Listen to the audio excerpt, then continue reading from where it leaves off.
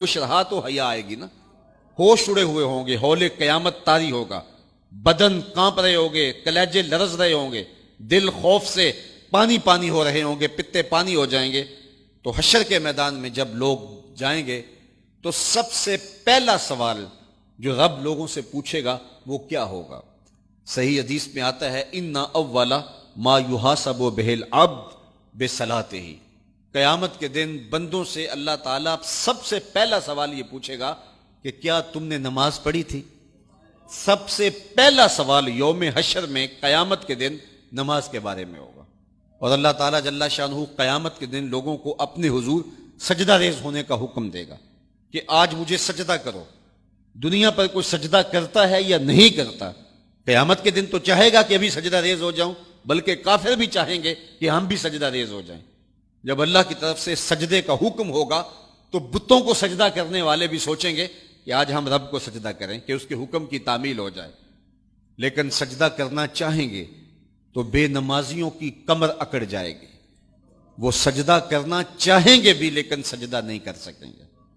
اور پھر رب کے سامنے جو ذلت اٹھانا پڑے گی, جو رسوائی اٹھانا پڑے گی, اس کو لفظوں کا پیراہن نہیں دیا جا سکتا. اور پھر جو بے نمازی ہوں گے اللہ کے حضور سجدہ نہیں کر پائیں گے, اللہ تعالیٰ انہیں اس صف میں کھڑا کر دے گا جس صف میں فرعون کھڑا ہوگا, نمرود کھڑا ہوگا, حامان کھڑا ہوگا, قارون کھڑا ہوگا, ابی بن خلف کھڑا ہوگا. دشمنان خدا جس صف میں کھڑے ہوں گے بے نمازی کو اس صف میں کھڑا کر دیا جائے گا. میری لمبی تقریر نہیں, میں یہ آپ سے پوچھتا ہوں اور اپنے آپ سے پوچھتا ہوں, کیا ہم یہ گوارا کرتے ہیں کہ حشر کے دن ہمیں فرعون کے ساتھ کھڑا کر دیا جائے؟ کیا یہ ہم گوارا کرتے ہیں کہ حشر کے دن ہمیں نمرود کے ساتھ کھڑا کر دیا جائے؟ کیا یہ ہماری طبیعت اس کو برداشت کر سکے گی کہ رسول اللہ کے دشمنوں کے ساتھ ہمیں کھڑا کر دیا جائے؟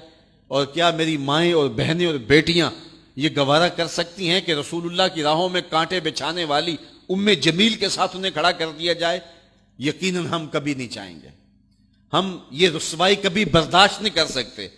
ان کے پاس کھڑا ہونا ہی قیامت ہے, ان کے ساتھ کھڑا ہونا ہی عذاب ہے, اور پھر ان کے اوپر لعنتیں بھی برس رہی ہوں گی, اور ان کے چہروں کے اوپر تارکو لک مل دی جائے گی, اور وہ رسوائیوں کے گڑھے میں ہوں گے. تو ان کے ساتھ کھڑا ہونا تو بہت بڑا عذاب ہوگا. اور اگر کوئی تکلیف بدنی نہ بھی ہو تو ہم یہ گوارا نہیں کرتے کہ خدا کے دشمنوں کے ساتھ کھڑے ہوں. ہماری تو آرزو یہ ہے کہ بلال حبشی کے ساتھ کھڑے ہوں. ہماری تو تمنا یہ ہے کہ ابو ہریرہ کے ساتھ کھڑے ہوں. ہماری تو چاہت یہ ہے کہ رسول رحمت کے غلاموں کے ساتھ کھڑے ہوں, اور ہمیں نصیب ہو جائے حضور کے قدموں میں کھڑا ہونا, اہل بیت کے قدموں میں کھڑا ہونا, داتا گنج بخش علی حجویری کے پاس کھڑا ہونا نصیب ہو جائے, ہمیں بابا فرید کے پاس کھڑا ہونا نصیب ہو جائے, امام اعظم ابو حنیفہ کی قربت میں حضرت امام حسین کی قربت میں کھڑا ہونا نصیب ہو جائے. ہم تو یہ چاہیں گے کہ اس زمرے میں آئیں. کل میں نے عرض کیا تھا 2 ہی برادریاں رہ جائے گی قیامت کے دن, باقی ساری برادریاں ٹوٹ جائیں گی, ساری عمارتیں ٹوٹ جائیں گی, صرف 2 برادریاں. ایک یہ برادری جس کا سردار ابو جہل ہوگا, ابو لہب ہوگا, اور ایک وہ برادری جس کے سردار محمد عربی ہوں گے. اب جو بے نماز ہوگا اس کو کدھر کھڑا کیا جائے گا؟ جدھر ابو جہل ہوگا, جدھر ابو لہب ہوگا, جدھر عتبہ ہوگا, جدھر عتیبہ ہوگا, جدھر ولید بن مغیرہ ہوگا, جدھر فرعون ہوگا, حامان ہوگا, شدید ہوگا, شداد ہوگا, نفدنون ہوگا, قارون ہوگا, دشمنان خدا ہوں گے. بے نمازی کو صف میں کھڑا کر دیا جائے. 6 گھنٹے کی تقریر نہیں کرتا, ان 2 لفظوں کو سمجھ لیں.